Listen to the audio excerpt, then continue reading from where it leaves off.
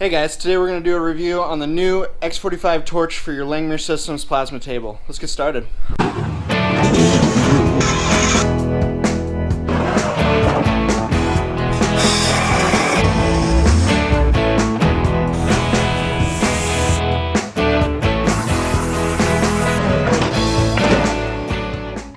So before we get started, I just want to say I appreciate all the people that have watched the videos. It's cool to see it grow. One of my goals this year was to reach 1,000 subscribers by the end of the year. I've only got a month left and I've got 250 to go. So if you hit that subscribe button, that would be great. Other thing, full disclosure, I am partnered with Langmuir Systems as an affiliate. Should decide to purchase one of these guys and you want to help the channel out at no additional cost to you guys, buying it through the link in the description will kick a little bit at the channel. So thank you in advance for that. Okay, so this video is mostly just going to apply to the people who bought their Langmuir Systems table before July of 2019. Before July of 2019, what they had is their S45 torch setup. And I should have had this out already, but we'll pull this real quick. And it's this style of torch, S45, and it's a non-shielded consumables. So the new torch they came out with, they're selling it separately now for those of you who bought the old setup and don't have it. But now if you want to buy this plasma table, this torch already comes in the kit and comes ready to be wired in, so you don't have to worry about that. So let's get started. So I got the new torch in.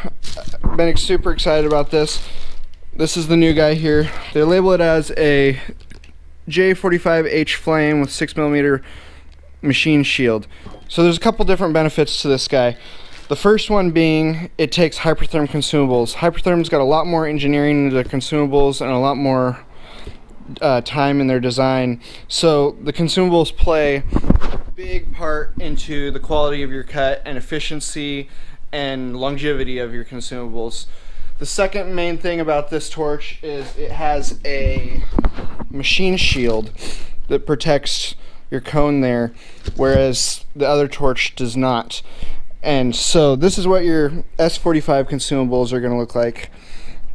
You've got your nozzle there and your electrode, and then your X45, we'll pull these off real quick. Cone off.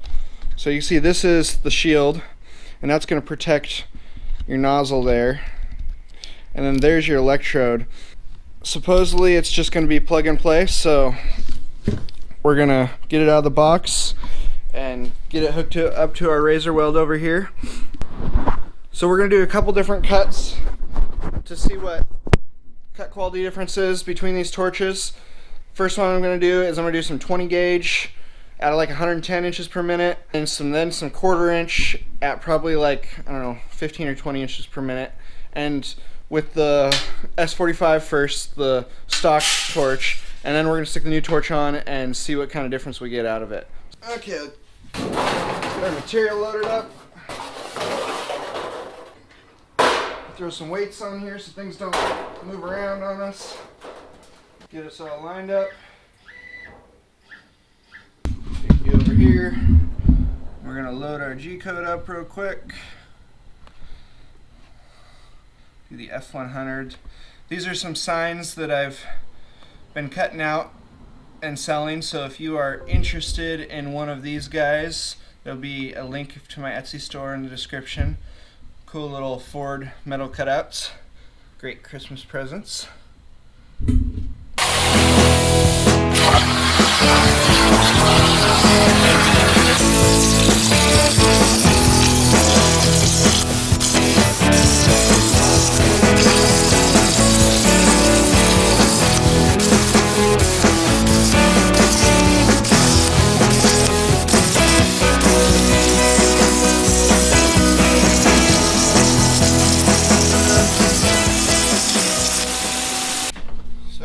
This is straight off the table. Here's our little Ford F100 sign. I have these in F250, F150, F350, and dent side also, so go ahead and check that link out in the description. But more importantly, let's look at our cut quality. It's really not too bad, even with that other torch, I've kind of started to get my speeds dialed down, but there is some slag and stuff. This is 20 gauge steel running at 110 inches per minute, so see if we can get it in the light here real good. There is slag, but not a whole lot of cleanup. So let's get our 1/4 inch all set up on the table. I got some caster plates that I need to cut out for something, and we'll do a test on those with the old torch, and then we'll change over to the other one and see what kind of results we can get.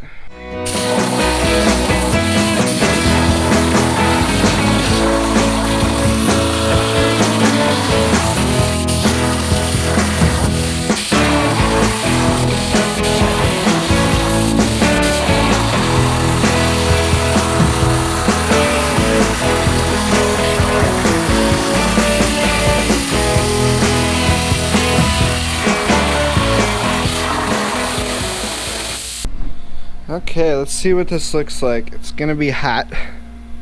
Actually, it's not too bad.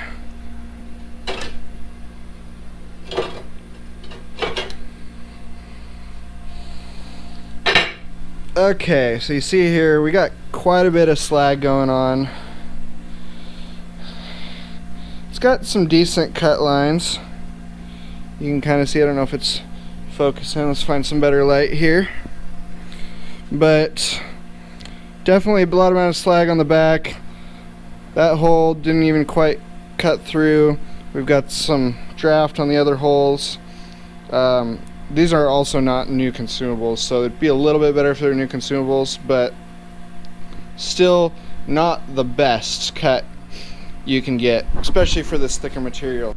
We're gonna get this switched over to the new torch and see if we get better results. Okay, now that we got our light down here so we can see what we're doing, got my razor weld. I recently made this shelf here, which I've really liked, and I also recently got this MotorGuard M30 filter that I'm running through. Now I'm running air through 2 filters, and it's made a huge difference. So let's see how easy this new torch is to install, or not easy, whatever it might be. Let's unplug our air, unplug our filter, get that guy out of the way. I think I'm just gonna set you guys up here.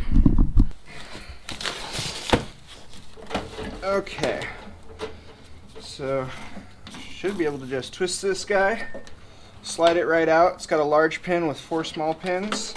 Let's make sure that's what we got on this end. We have a large pin with 4 small pins. That's encouraging. I'm not going to dress this all neatly to my stand right away because I'm excited. I want to see how it cuts. So look at how pretty that is. It's going to get dirty real fast. We'll be able to take our new torch and plug it directly in.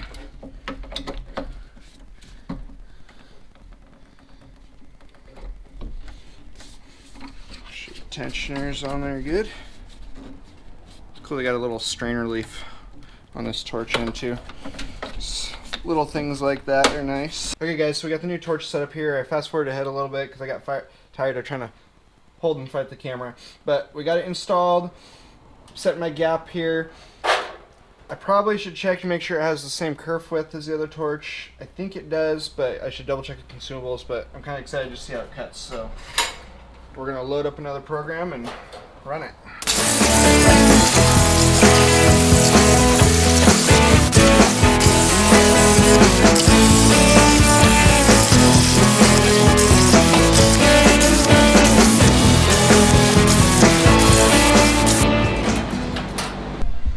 I wonder if my material moved, but just looking at the slag on these, there's not that much different, even though this thing's all messed up. Not because of the torch, I don't believe, but because something was wrong with the G-code. Either that or my material moved. But in any case, that doesn't look too much different, so let's move on to the 1/4 and hope for better results.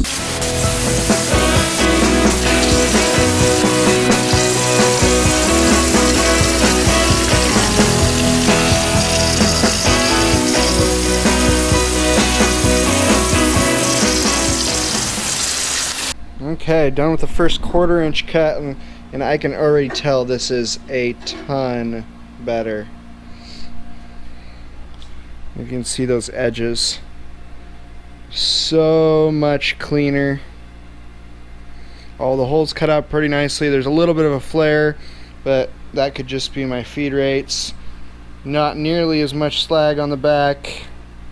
Let's look at the other ones here. So one's wet and one's dry now, so it's a little harder to tell. But okay, so this is the old torch.